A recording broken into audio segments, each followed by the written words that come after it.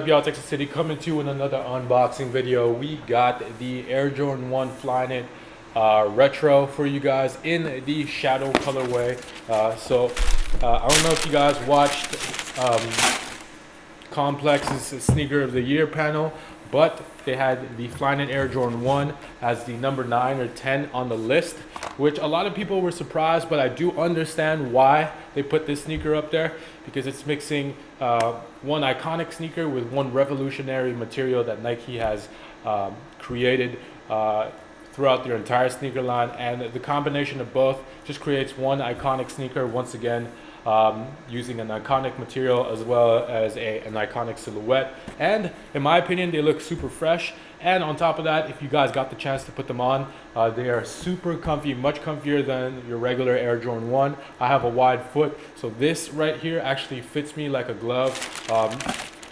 And usually I would struggle between size 9 and 9.5, but the width of these, since they are Flyknit, are perfect, super comfortable, like I said.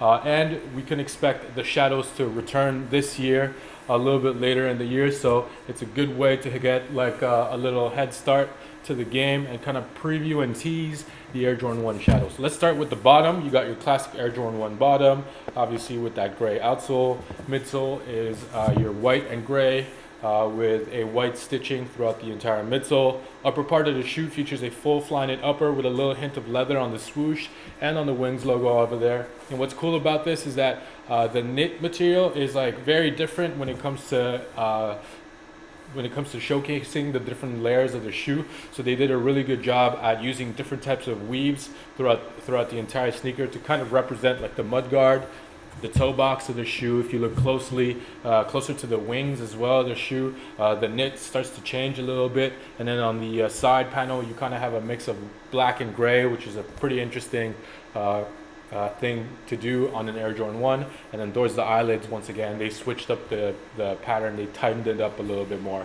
So you do have leather on the swoosh on the side right there in that gray, and then the upper part of the sneaker over here on the wings logo in black. The shoe comes with your wax laces in black, and then you kind of have like a ribbed knit material on the tongue, which is perfect because it allows you to stretch the tongue as much as you want. Nike Air at the top, obviously, with that leather patch. Then you do have like a little nod to the 1985, the year that the Jordan 1 was introduced, with a little like thread needle and whatnot. So that's pretty much it for the Jordan 1 Flyknit. I'm going to show you guys what these guys look like on feet. Alright guys, so this is what the Air Jordan 1 Flyknit retros in the shadow colorway looks like on feet.